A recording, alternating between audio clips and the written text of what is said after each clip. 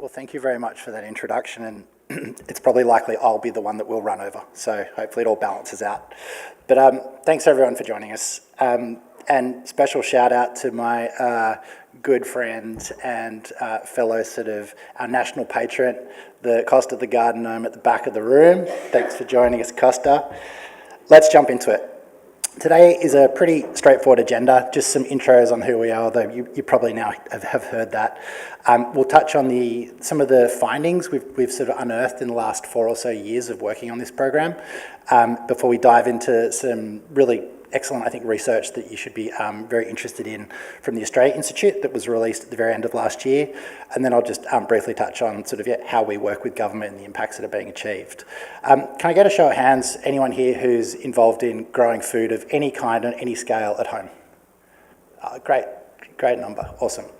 Well, there's a treat for you all at the end. If you stick around to the end of this presentation, we've got some free heirloom seeds that we'll get out to you, but yeah, we'll get to that.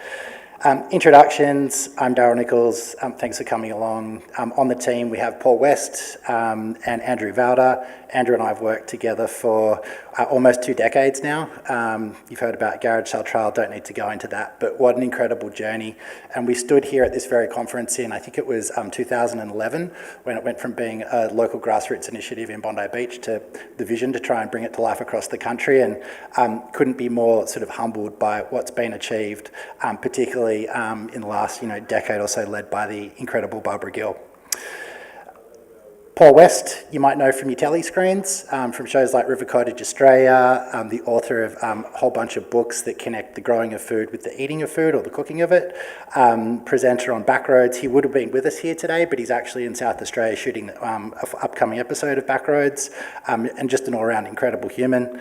And then our national patron, internally we refer to him as our spiritual leader, Costa, who's just the most incredible person to have involved, and a friend and neighbour from back home in Bondi Beach.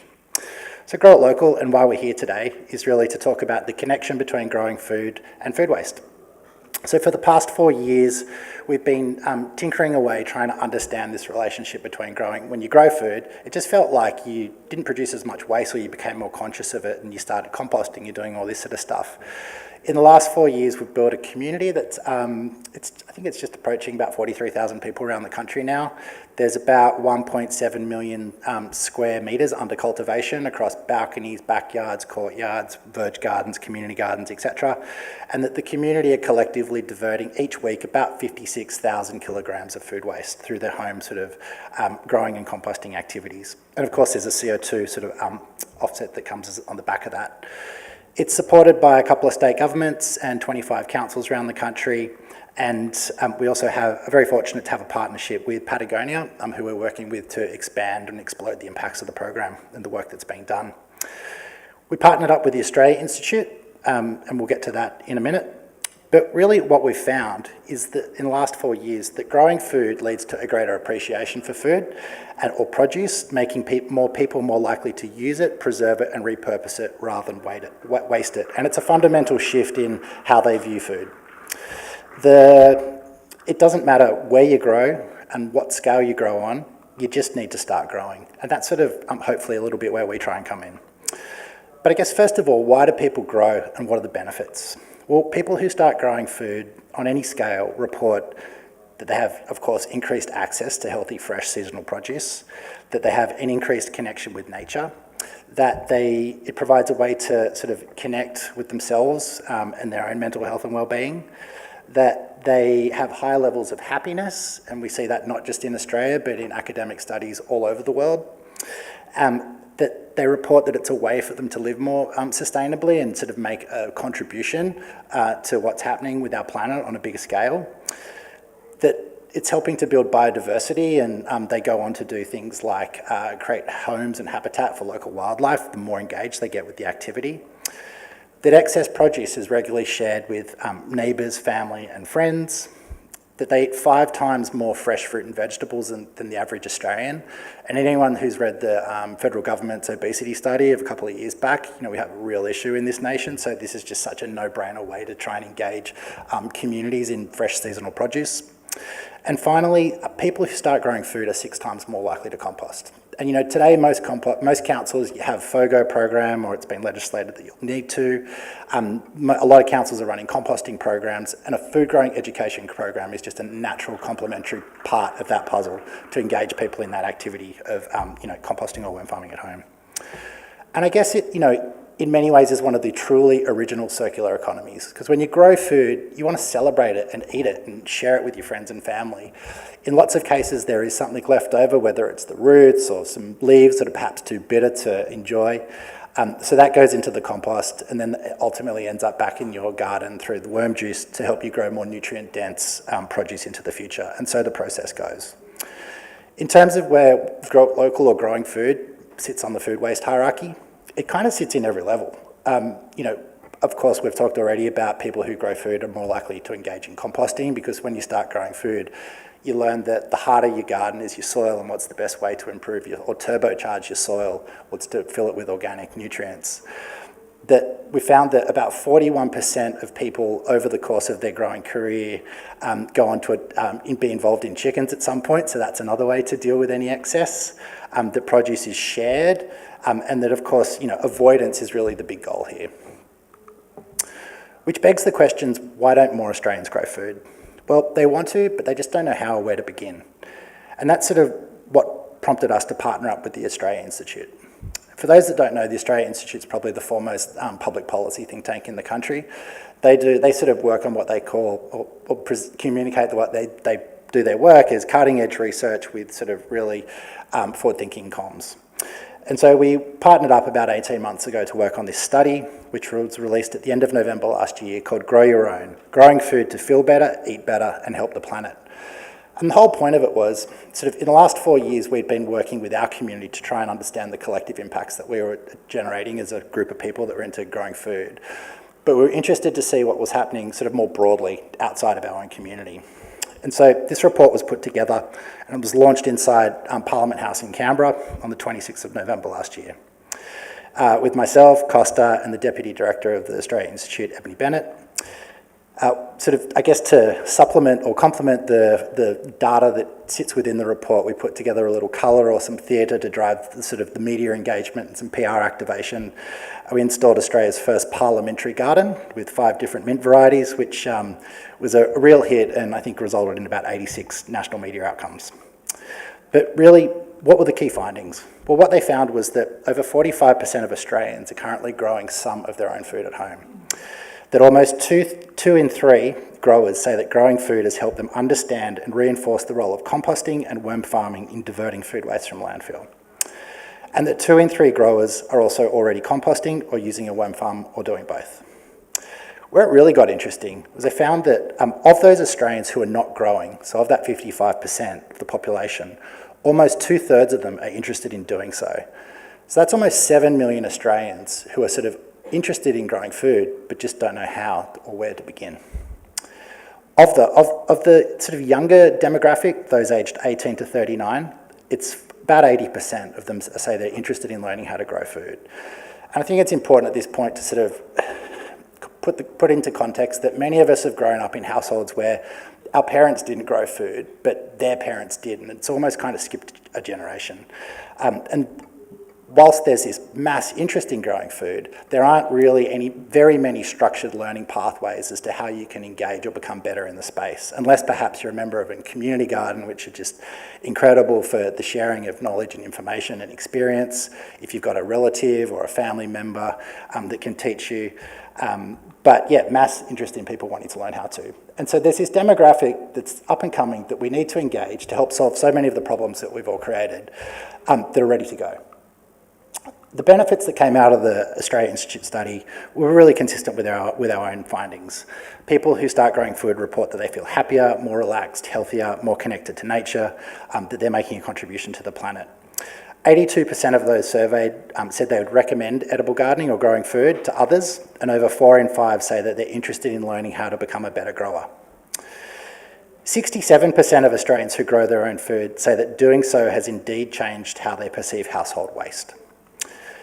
And out of that came that it's sort of, once you start growing, you don't see food scraps as waste, you see it as a resource. sort of, you can't be at a family or a family member or friend's house and see perfectly good organic waste going into the bin. You want to sort of take it home and put it in your own compost to turbocharge your own garden. So it's this real shift. The Australia Institute estimated that there are about 3 million composting households across Australia, diverting almost 31,000 tonnes of waste each year from landfill, and sort of wrapped it up with, whether in a backyard veggie patch, community garden, or in pots on an apartment windowsill, Australians love growing food. That growing food improves mental health and well-being, helps foster a greater appreciation for the resources required to produce food, and by extension, helps prevent unnecessary food waste. So why aren't we all growing food? Well, 61% of those interested in learning how to grow reported that a lack of knowledge or skills was their key barrier. And sort of that's where we try and plug in. So Grow It Local is a mission to help more Australians grow. We work with government organisations and communities all over the country to do that. And how do we do it? And I guess if I was in some of your shoes, does it really work? Well, here's what we currently do and provide, or some of what we do and provide. There's a platform which is forever evolving. There's monthly workshops which are delivered live and then archived and available on demand. They're hosted by Paul West, and they feature all of the amazing characters from the horticultural and gardening scene in Australia, both the folks you see on your telly and a whole up-and-coming generation of digital educators that are more native in environments like TikTok, YouTube, Instagram.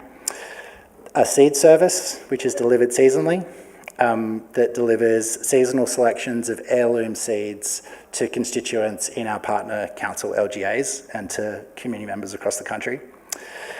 This is an example of what it looks like. This is from the current autumn seed service distribution.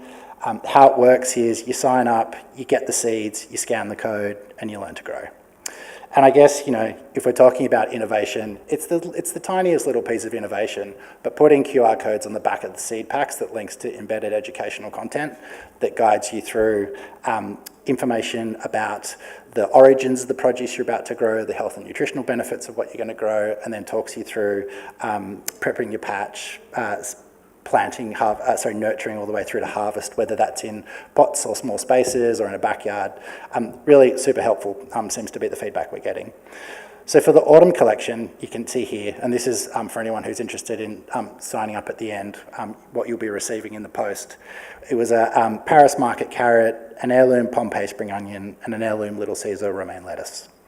And on the back, cost is waiting for you, you scan the code, and it links to content that'll teach you how to grow carrots. In fact, in the last 6 weeks, we've had about 68 hours of carrot-related educational video content consumed, which is surprising but really cool. And they get about 80% watch through, so yeah, people are super into it. And really, just from an education perspective, the educators we work with are just so incredible. People like Costa and Paul, but Connie and Mel, just amazing educators doing it in their backyards, but teaching the nation. One of the really powerful parts about the seed service is you're not just growing along on your own, you're growing along with this national community of people. So it almost gives people permission to share their failures as well as their successes, which is can be a really big barrier when you're learning how to grow food. For anyone that's starting out, you inevitably have some challenges, and having someone that you can ask for help or get advice from is just so helpful. So we have this Ask an Expert service that's led by Mel Lugoso from at Rewilding Suburbia, incredible educator, and she's there to help you on every step of your growing journey. We have live member meetups. Paul hosts. Originally, they were set up as an opportunity for people to come along and ask questions of Paul, but what's happened is people come along and ask questions and the other members answer the questions. And so it's just a nice forum to build community and a sense of connection. We run an annual awards program that's a bit more colourful, I guess, than some of the existing gardening awards programs. Then each year it includes a search for Australia's wonkiest vegetable, the best chicken name, the homegrown harvest, and the list goes on. That's all powered through a hashtag, and that gets really quite phenomenal pickup in digital sort of media environments. I think last year it had about 850,000 reach over the 3-week campaign, but just the sort of I guess the higher profile folks pick it up, and just all sorts of wonky carrots and rude radishes, and best chicken names of the last couple of years. I think we had Hen Stefani and Dame Egna, which took out the prizes. But the creativity that comes out of this community is just absolutely off the Richter. We also have an award category that Costa judges, which is called the Why I Love My Patch Award, and it just it brings tears to your eyes when you read the entries. And sort of last but not least, with Grow It Local, we have some real life events that we run. It's wonderful to have a environment or a platform where people can feel supported digitally, but this is something you do in the real world, and there's nothing better than sort of hooking up like this. So by way of an example, last year we ran this pickling workshop all over the country, and it doesn't seem to matter where you live in metro or regional areas. If you run a pickling workshop, you'll bring in hipster cool kids, older generation, middle-aged families. We had a couple turn up on a date night with a dog last year in Adelaide. But just lots of fun, and an awesome way to talk about the sort of the waste message as well, in terms of using any excess that's in your fridge and extending its life. From a data and impact reporting perspective, with all our partners, we sort of produce an annual report, the Grow It Local report, and in this we can see this is really about substantiating what's being achieved in each LGA. And we can see what's the composition of what's growing across veggies, fruits, herbs, medicinal plants, edible flowers, native edibles. We find that each year it's a really high engagement activity, that 96% of members are spending an hour plus in their garden, and in fact 44% are spending over 3 hours, so massive. And I guess that talks to gardening or growing food being a top 10 activity or pastime in our nation. That it's a year-round activity once you get into it, there's just this each year growing percentage of the community that report that it's helping to give them a greater appreciation for food, and they go on to waste less. That there's all these different types of food management behaviours that they adopt once they start getting into it.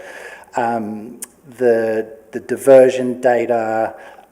There's sort of this growing trend in terms of once you start growing food, you do start participating in planting pollinators or removing pest plants or creating habitats for local animals or insects. We're only 2 years into this data point, but we're seeing a really positive correlation between people who start growing food and water conservation. So that's something we'll continue to report on into the future. The health and wellbeing benefits are undeniable. 78% of members supporting that or reporting that they sort of are eating more seasonal, fresh, homegrown seasonal fresh produce, fruit and vegetables as a result of growing food. And if you look at other parts of the developed world, in Europe, UK, North America, Canada, growing food is actually starting to be prescribed by doctors for different mental health treatments. And that really importantly for us, that the members are sort of reporting that we're playing a role in helping them to become more proficient in their patches. So I guess the closing statement from the Australia Institute was that continuing to enable and educate Australians to grow their own food is essential for increasing the consumption of healthy fresh produce, that it's helping to reduce food waste going to landfill, driving positive sustainability behaviours, and supporting community health and wellbeing. If anyone's interested in hearing more, you can just reach out to us or through social media, whatever works. And then to the heirloom sort of seed offer, I think I'm just on time here. If you'd like to sort of check out how the program works and get a taste of it, that's totally cool. You can register your details here, and we'll send you a code so you can get sent the seeds and check it out. Or if you're interested in receiving a copy of the Australia Institute report, happy to do that too. That's kind of it.